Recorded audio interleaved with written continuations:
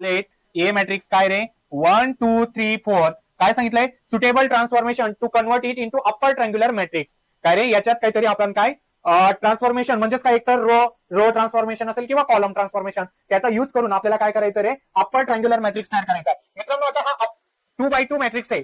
2x2 matrix upper triangular matrix म्हणजे काय मित्रांनो जो डायगोनल असतो त्याच्या वरती इलिमेंट प्रेझेंट पाहिजे आणि खाली काय पाहिजे 0 पाहिजे. बरोबर आहे ना. टाइप्स ऑफ मॅट्रिक्स मध्ये सांगितलं अप्पर ट्रँग्युलर मॅट्रिक्स काय रे एक 3x3 असतो आणि एक 2x2. 3x3 upper triangular matrix म्हणजे काय डायगोनलच्या वरती अप्पर पार्ट मध्ये डायगोनल इलिमेंट प्रेझेंट असतील आणि वरच्या पार्ट मध्ये इलिमेंट प्रेझेंट असतील डायगोनलच्या वरती आणि खाली काय असतील 0 0 0 त्याला आपण ट्रायंगुलर मॅट्रिक्स म्हणतो. जर 2x2 असेल तर काय रे वरती नंबर प्रेझेंट असेल खाली काय 0 वरच्या साईडला अप्पर आहे ना वरच्या साईडला प्रेझेंट खाली 0.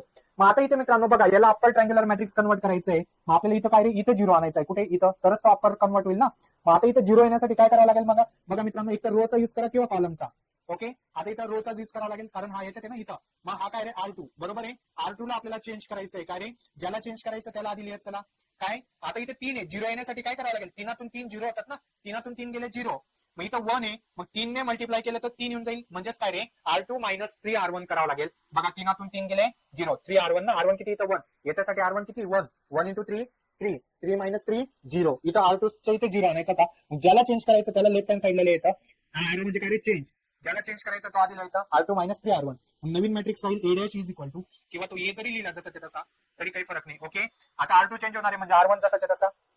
क्लिअर मित्रांनो. मग बघा 3 3 गेले 0 मग हा चेंज झाला म्हणजे आपण चेंज होईल पूर्ण R2 चेंज होईल. अरे R2 मायनस 3R1 3 इंटू 2 किती 6 याच्यासाठी R1 किती 2 ना 3 इंटू 2 6 4 मायनस 6 किती -2.